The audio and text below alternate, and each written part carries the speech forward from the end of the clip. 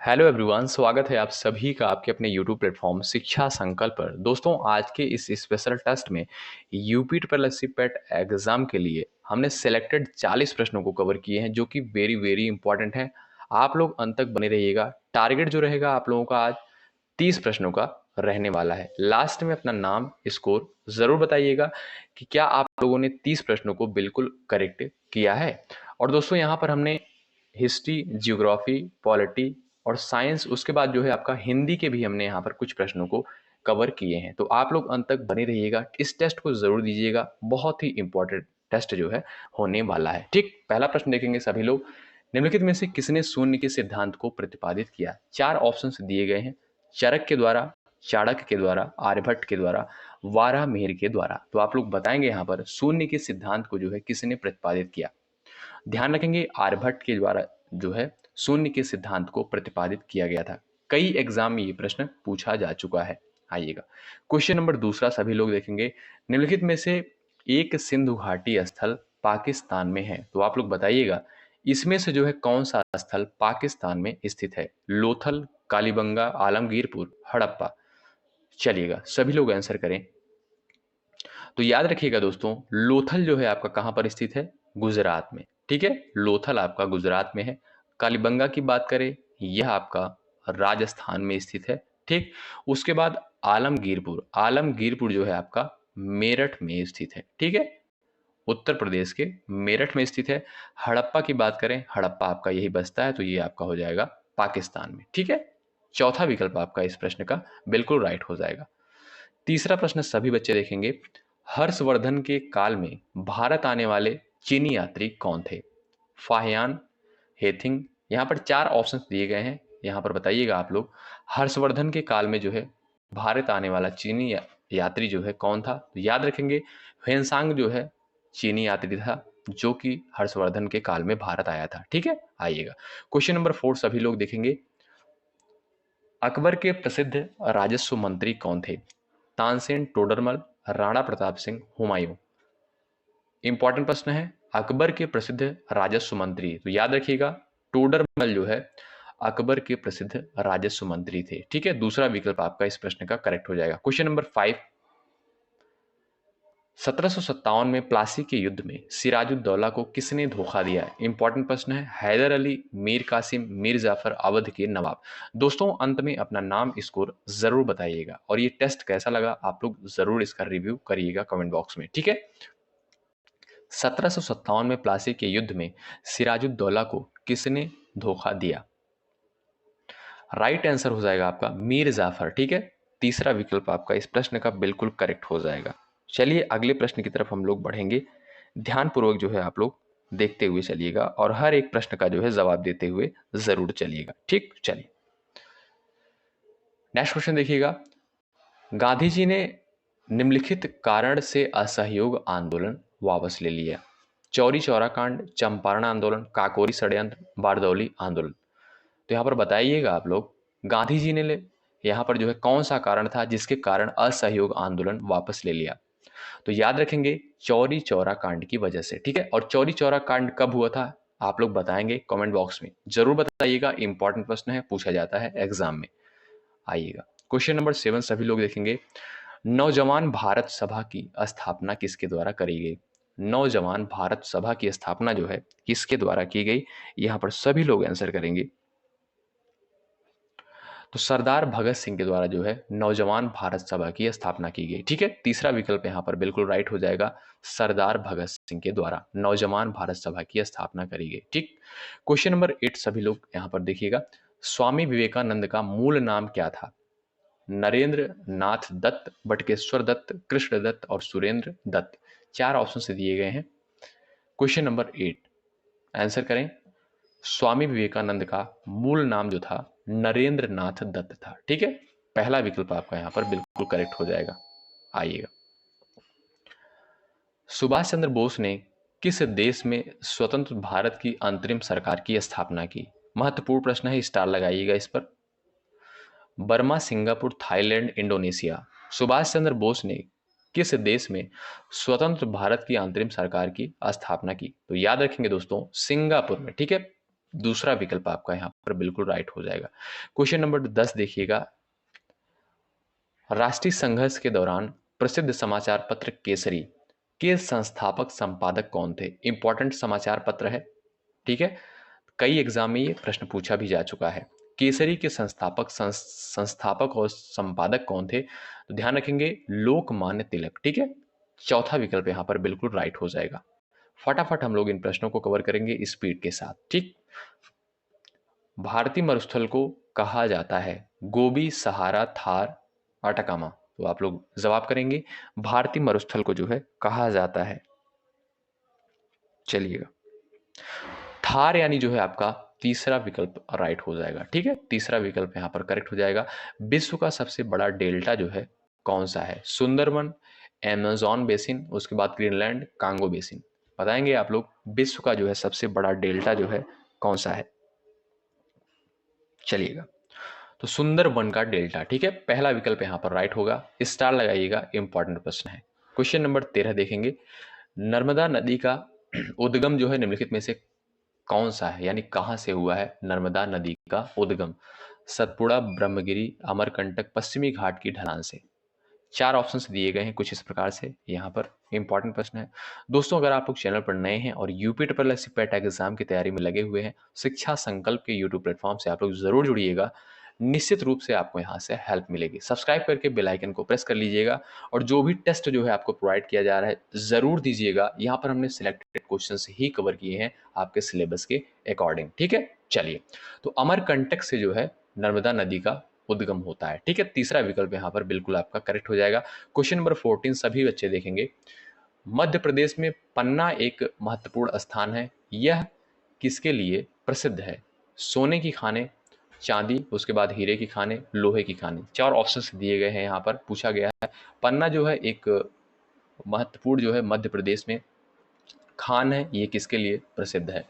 तो हीरे की खान के लिए जो है ये फेमस है, तो याद रखेंगे। ये भी जो है प्रश्न कई एग्जाम में पूछा जा चुका है, तो इंपॉर्टेंट है आपके एग्जाम पॉइंट ऑफ व्यू से, ठीक है। चलिएगा, अगला प्रश्न देखेंगे सभी लोग, समय के संदर्भ में जीएमटी का मतलब क्या होता है, यहां पर पूछा गया है। इस प्रकार से ऑप्शंस दिए गए हैं यहाँ पर, तो याद रखेंगे ग्रीनविच मीन टाइम, ठीक है। याद रखिएगा दोस्तों, जीएमटी का जो फुल फॉर्म होता है ग्रीनविच मीन टाइम, ठीक है। ये इंपॉर्टेंट प्रश्न है, चलिएगा। नीति आयोग का पदेन अध्यक्ष कौन होता है? महत्वपूर्ण प्रश्न है, बताइएगा। सभी बच्चे यहां पर जवाब करेंगे, कमेंट बॉक्स में फटाफट आप लोग आंसर करिएगा। नीति आयोग का पदेन अध्यक्ष जो है कौन होता है? सिंपल सा क्वेश्चन है, प्रधानमंत्री, ठीक है। तीसरा विकल्प आपका यहाँ पर बिल्कुल राइट हो जाएगा। आइएगा, भारत में 14 बड़े बैंकों का राष्ट्रीयकरण जो है किस वर्ष हुआ? 1967 में, 1968 में, 1969 में, 1971 में। तो यहाँ पर सभी बच्चे आंसर करेंगे क्वेश्चन नंबर 17 का, भारत में 14 बड़े बैंकों का राष्ट्रीयकरण जो है किस वर्ष किया गया? चलिए फटाफट आप लोग यहाँ पर आंसर करें। तो 1969 में, ठीक है, 1969 में, यानी तीसरा विकल्प आपका बिल्कुल राइट हो जाएगा। राष्ट्रीय कृषि बीमा योजना जो है कब शुरू की गई? राष्ट्रीय कृषि बीमा योजना जो है कब शुरू की गई, बताइएगा आप लोग भाई। तो 1999 में, ठीक है, 1999 में राष्ट्रीय कृषि बीमा योजना की शुरुआत की गई थी, 1999 में। क्वेश्चन नंबर 19 देखिएगा, वेरी वेरी इंपॉर्टेंट क्वेश्चन है, स्टार लगाइएगा इस पर। भारत में हरित क्रांति का जनक किसे कहा जाता है? चार ऑप्शंस दिए गए हैं, कई परीक्षाओं में दोस्तों ये प्रश्न पूछा गया है और इंपॉर्टेंट है, याद रखिएगा, और सिंपल सा भी क्वेश्चन है, ठीक है। ये प्रश्न जो है लगभग सभी लोग यहाँ पर जानते होंगे मुझे लगता है। तो एम.एस. स्वामीनाथन, ठीक है, भारत में हरित क्रांति का जनक जिसे माना जाता है उनका नाम क्या है? एम.एस. स्वामीनाथन, ठीक। चलिए क्वेश्चन नंबर 20 देखिएगा, दूसरी पंचवर्षीय योजना की प्राथमिकता क्या थी? चलिए भाई, दूसरी पंचवर्षीय योजना की प्रायोरिटी क्या थी? कृषि, सेवाएं, भारी उद्योग, विदेशी व्यापार। चलिए भाई, तो भारी उद्योग, ठीक है, तीसरा विकल्प यहां पर बिल्कुल करेक्ट हो जाएगा। आइएगा, भारतीय संविधान की प्रारूप समिति के अध्यक्ष कौन थे? स्टार लगाइएगा, डबल स्टार लगाइएगा इस पर। प्रारूप समिति के अध्यक्ष कौन थे? Pandit Jawaharlal Nehru, doctor Rajendra Prasad, Mahatma Gandhi, doctor BR Ambedkar. तो याद रखेंगे दोस्तों, यहाँ पर जो है प्रारूप समिति के अध्यक्ष जो थे, याद रखिएगा, डॉक्टर BR अम्बेडकर। ठीक है, चौथा विकल्प आपका यहाँ पर बिल्कुल करेक्ट हो जाएगा। इंपॉर्टेंट प्रश्न है, सभी लोग इस प्रश्न को याद रखिएगा।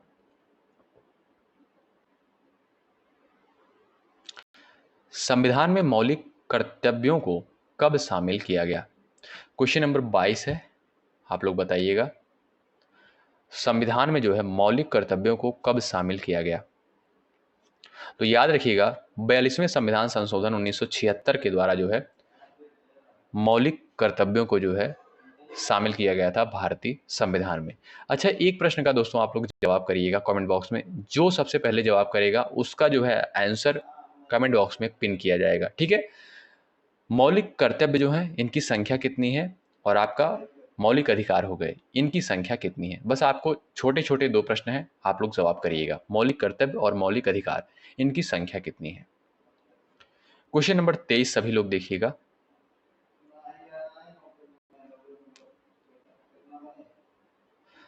राज्य में मंत्रियों की परिषद का प्रमुख कौन होता है? क्वेश्चन नंबर 23, राज्य में जो है मंत्रियों की परिषद का प्रमुख कौन होता है? चलिए भाई, राज्यपाल, भारत के राष्ट्रपति, राज्य का मुख्यमंत्री, राज्य विधानसभा का अध्यक्ष। तो करेक्ट आंसर यहां पर दोस्तों हो जाएगा आपका राज्य का मुख्यमंत्री। ठीक है, राज्य का मुख्यमंत्री, राज्य के मंत्रियों की परिषद का प्रमुख होता है राज्य का मुख्यमंत्री। ठीक, आइएगा क्वेश्चन नंबर 24 सभी लोग देखिएगा, भारतीय संसद के ऊपरी सदन का नाम क्या है? चलिए भाई, यानी उच्च सदन का जो है भाई नाम पूछा गया है यहां पर। तो याद रखिएगा दोस्तों, राज्यसभा को जो है उच्च सदन कहा जाता है। ठीक है, उच्च सदन जो है राज्यसभा को कहा जाता है। और ठीक है, ये इंपॉर्टेंट प्रश्न है। और निम्न सदन कौन सा होता है? आपका लोकसभा होता है। ठीक है, कंफ्यूजन होता है तो याद रखिएगा, इंपॉर्टेंट है, पूछा गया प्रश्न है। निम्नलिखित में से कौन एक पंचायती राज संस्थान नहीं है? इसमें बताएंगे आप लोग, पंचायती राज संस्थान जो है इसमें से कौन सा नहीं है? तो ग्राम सहकारी समिति जो है, याद रखिएगा, पंचायती राज संस्थान नहीं है, ग्राम सहकारी समिति। आइएगा क्वेश्चन नंबर 26 देखिएगा, रॉकेट जो है किसके सिद्धांत पर कार्य करता है? रॉकेट जो है किसके सिद्धांत पर कार्य करता है? चलिए, न्यूटन के तीसरे नियम पर। और न्यूटन का तीसरा नियम क्या है? क्रिया प्रतिक्रिया का। ठीक है, पहला विकल्प आपका यहां पर बिल्कुल राइट हो जाएगा। 27 देखेंगे आप लोग, वाहन पीछे से आने वाली वस्तुओं को देखने के लिए उपयोग करते हैं अवतल लेंस, उत्तल लेंस, उत्तल दर्पण, अवतल दर्पण। ये इंपॉर्टेंट प्रश्न है, बताइएगा आप लोग। उत्तल दर्पण, ध्यान रखेंगे, तीसरा विकल्प आपका राइट हो जाएगा। वाहन पीछे से आने वाली वस्तुओं को देखने के लिए उपयोग करते हैं, उत्तल दर्पण लगा होता है। ठीक है, चलिए क्वेश्चन नंबर 28, पेट्रोलियम किसका मिश्रण है? तत्वों का, हाइड्रोकार्बन का, पॉलीमर का, लवण का? 28 का सभी बच्चे यहां पर आंसर करें। पेट्रोलियम जो है किसका मिश्रण है? तो हाइड्रोकार्बन का। ठीक है, दूसरा विकल्प आपका यहां पर बिल्कुल राइट हो जाएगा। क्वेश्चन नंबर 29, निम्नलिखित में से कौन सबसे बड़ा जीवित पक्षी है? सबसे बड़ा जीवित पक्षी जो है कौन सा है? शुतुरमुर्ग, दूसरा विकल्प यहां पर बिल्कुल राइट हो जाएगा। क्वेश्चन नंबर 30, हमारे शरीर में हड्डियों की कुल संख्या कितनी है? 206, सिंपल सा प्रश्न है, दूसरा विकल्प आपका राइट हो जाएगा। ये देखिए, यहाँ पर जो है कुछ हमने हिंदी के भी प्रश्नों को कवर किए हैं। व्यवहार का जो है सही संधि विच्छेद क्या हो जाएगा, और इसमें दोस्तों संधि कौन सी होगी ये भी आपको बताना है क्वेश्चन नंबर 36 में। चलिए भाई, व्यवहार का सही संधि विच्छेद हो जाएगा आपका विधन, अवधन, हार, और इसमें जो है संधि हो जाएगी आपकी यण संधि। ठीक, पहला विकल्प यहां पर राइट हो जाएगा। वक्ता शब्द का विलोम क्या हो जाएगा, पूछा गया है यहां पर। वक्ता का विलोम क्या हो जाएगा? वक्ता का विलोम हो जाएगा श्रोता। काफी दोस्तों ने यहां पर आंसर किया, बहुत बढ़िया, शानदार तरीके से आप लोगों का आंसर आ रहा है भाई। क्वेश्चन नंबर 38, रात में विचरण करने वाले प्राणी को क्या कहा जाता है? निशाचर, बनचर, तमचर, और उसके बाद दिया गया है निशाचर। 38 का यहाँ पर आंसर करेंगे। रात में विचरण करने वाले प्राणी को क्या कहा जाता है? तो निशाचर यानी चौथा विकल्प यहाँ पर राइट हो जाएगा। ठीक है, आइएगा। आंसू पीकर रह जाना, मुहावरे का सही अर्थ क्या हो जाएगा? क्वेश्चन नंबर 39, आंसू पीकर रह जाना। चुपचाप दुख सह लेना, यहाँ पर चौथा विकल्प आपका राइट हो जाएगा। ठीक है, इस मुहावरे का जो सही अर्थ हो जाएगा चुपचाप दुख सह लेना, यानी आंसू पीकर रह जाना। क्वेश्चन नंबर 40 यही आपका लास्ट क्वेश्चन है। निम्नलिखित में से शुद्ध वाक्य का चयन कीजिए। 4 ऑप्शंस दिए गए हैं यहाँ पर, बताइएगा यहाँ पर कौन सा वाक्य जो है आपका बिल्कुल राइट है। चलिएगा भाई, ऑफिस में हर एक प्रत्येक की चर्चा हो रही थी। भूस्खलन से सैकड़ों घर तबाह हो गए। यह आदमी सबकी राज जानता है, ये तो भाई गलत हो जाएगा आपका। बीज, यहाँ पर देखिएगा लिखा है बीज अंकुरित होने वाली है, ये भी गलत हो जाएगा। ऑफिस में हर एक प्रत्येक की चर्चा, ये भी गलत है। बचा आपका दूसरा, तो ये आपका राइट हो जाएगा। ठीक है, शुद्ध वाक्य जो होगा आपका, भूस्खलन से सैकड़ों घर तबाह हो गए। 40 प्रश्न यहाँ पर हमने कवर किए दोस्तों। अब आप लोग बताइएगा, आज का टारगेट जो था 30 प्रश्नों का था, कितने प्रश्नों को आप लोगों ने बिल्कुल राइट किया है? ठीक, आप लोग ज़रूर बताइएगा। और जितने भी टेस्ट प्रोवाइड किए जा रहे हैं आप लोग ज़रूर फॉलो करिएगा। अगर आप लोग चैनल पर नए हैं, जुड़ जाइएगा, सब्सक्राइब करके बेल आइकन को प्रेस कर लीजिएगा। दोपहर में जो है 1 बजे वीडियो जो है आपको प्रोवाइड की जाती है। ठीक, बहुत बहुत शुक्रिया अंत तक बने रहने के लिए। अगर आप लोग चैनल पर नए हैं, सब्सक्राइब करके बेल आइकन को प्रेस कर लीजिएगा। और दोस्तों एक बात का ध्यान रखिएगा, जितने भी प्रश्न प्रोवाइड किए जा रहे हैं, जितने भी आपको टेस्ट प्रोवाइड किए जा रहे हैं, यहाँ पर आपके सिलेबस के अकॉर्डिंग ही प्रोवाइड किए जा रहे हैं, इतना ध्यान रखिएगा आप लोग। ठीक है, बहुत बहुत शुक्रिया अंत तक बने रहने के लिए। जय हिंद, जय भारत।